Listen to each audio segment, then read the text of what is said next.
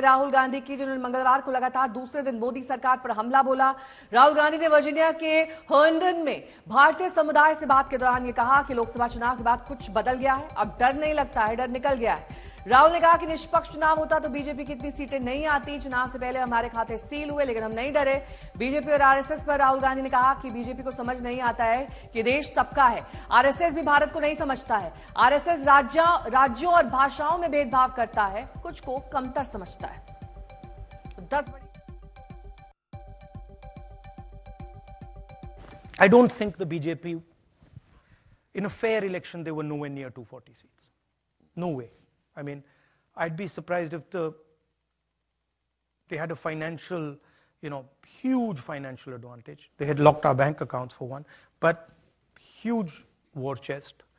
The election commission was doing what they wanted. I mean, the entire campaign was structured so Mr. Modi could, do his thing across the country. States where they were weak were designed differently than states where they were strong.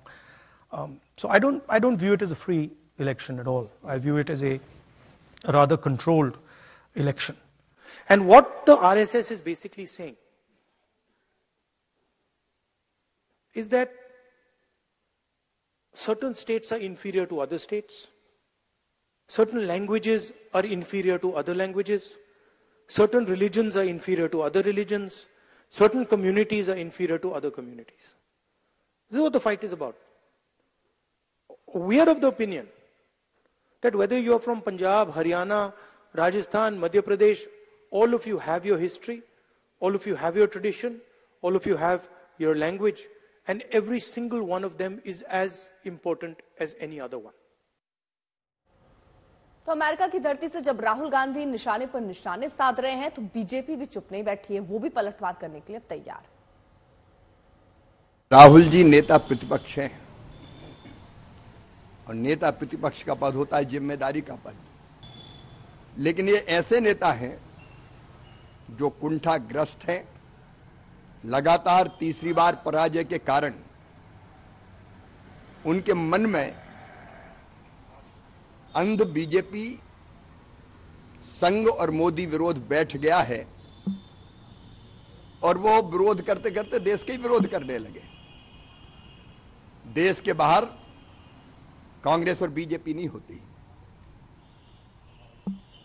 देश के अंदर हम मुद्दों पे लड़ सकते हैं, लेकिन देश के बाहर केवल भारत होता है।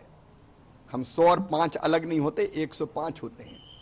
लेकिन लगातार राहुल गांधी जी देश की छवि खराब करने की कोशिश कर रहे हैं और देश की छवि खराब करने की कोशिश देशद्रोह जैसी सीमा में ही आता है। एक गांव की कहावत है, 100 चूहा खा के बिल्ली चली हज करने। जो कांग्रेस पार्टी आजादी के बाद से तुष्टीकरण की राजनीति की, सिखों का कत्लेआम किया और वो आज पाठ पढ़ाने चले हैं, तो मेरे यहाँ कहावत है, जो अज्ञानी ज्यादा होते हैं वो अपने ज्ञान का प्रदर्शन ज्यादा करते हैं। यही राहुल गांधी है।